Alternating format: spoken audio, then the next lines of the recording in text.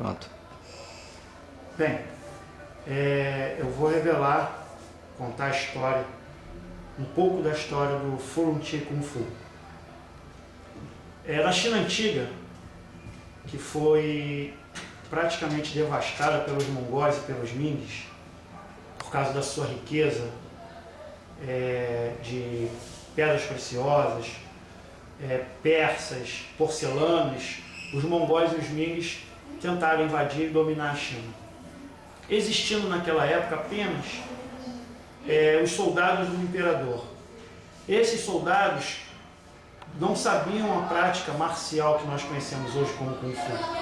Eles apenas detinham técnicas de uso de facão, lança e alguns utilizavam bastões. Com a chegada de Bodhidharma no templo Shaolin mais tarde, que ele conseguiu codificar todas as técnicas que nós conhecemos hoje, baseadas no movimento dos animais, criando e assim difundindo muito mais o Kung Fu. Mas antes disso, era necessário uma grande estrutura militar, uma grande estrutura bélica, para combater os Mings, que eram homens muito fortes, muito aguerridos. A gente pode comparar os Mings e os mongóis hoje como os bárbaros, né, os conas da vida. Eram homens muito fortes, muito corpulentos, que usavam carapaças de couro, onde os soldados chineses não podiam penetrar, fazendo com que os monges começassem a desenvolver técnicas marciais para poder defender o templo. Porque o mongol sabia que a grande resistência viria de dentro do templo. E aí Shaolin caiu pela primeira vez, foi queimado. A água do seu poço foi envenenada e os portões foram abertos. Shaolin caiu, foi queimado e destruído. Um dos monges, cansado de ver seus irmãos marciais e seu povo sofrer por tanta força do inimigo, e ele, com um poder marcial muito grande na mão, decide tolir tudo aquilo que ele havia aprendido dentro do mosteiro, que era não matar, principalmente um outro ser humano, né? Ou como qualquer espécie que respirava. Ele decide se alistar no exército imperial. Conhecedor dessas técnicas, o imperador decide nomear o general Fan Yintan ao cargo de general. E ele cria o sistema Furunti.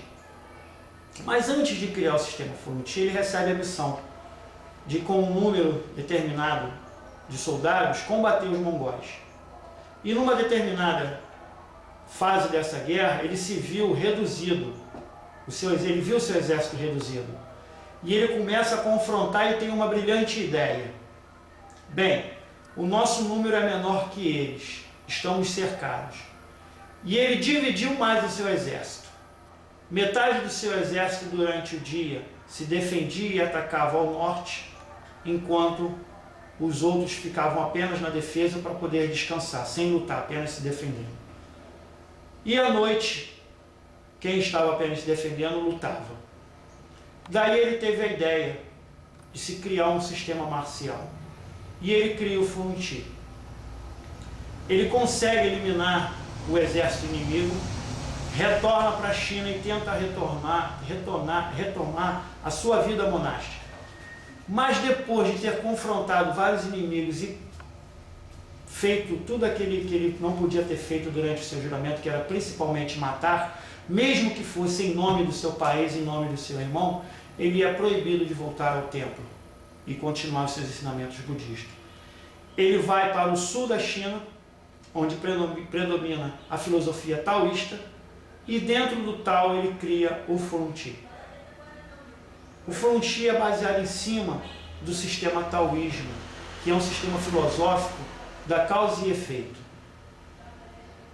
Todas as formas do Furunti começam de frente para o mais graduado e se encerra sempre de costas para o mais graduado, isso simbolizando a matéria do general Fan Yintan. A grande ideia que ele teve de confrontar o norte e depois ao sul. Por isso as formas do Furunti terminam dessa forma. Esse sistema foi criado em 1103 depois de Cristo,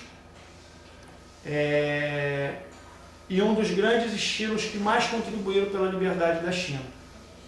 O chinês não tinha o hábito de escrever, fazer anotações como os nossos irmãos japoneses têm esse hábito de documentar a história. Então, muitas das histórias que nós sabemos de grandes mestres, de grandes estilos, se perderam com o tempo.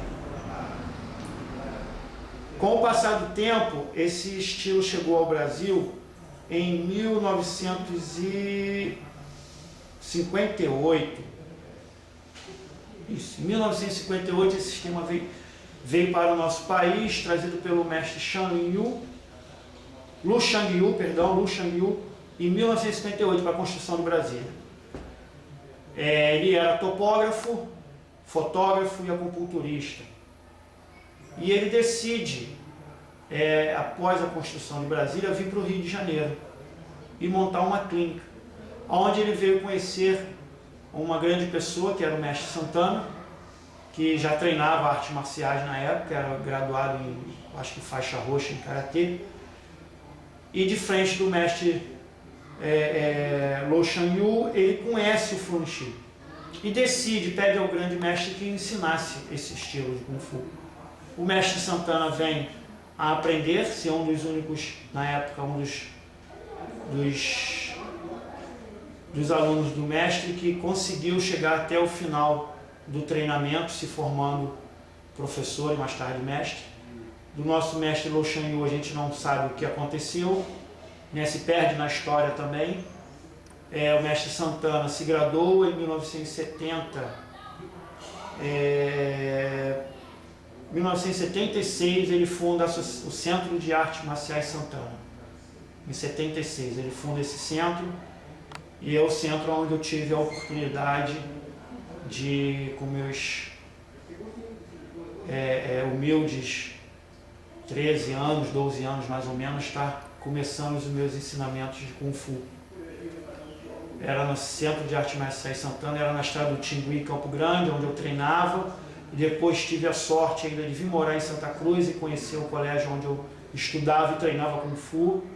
E mais tarde eu ministrei aulas de Kung Fu, até hoje faço grandes eventos ali.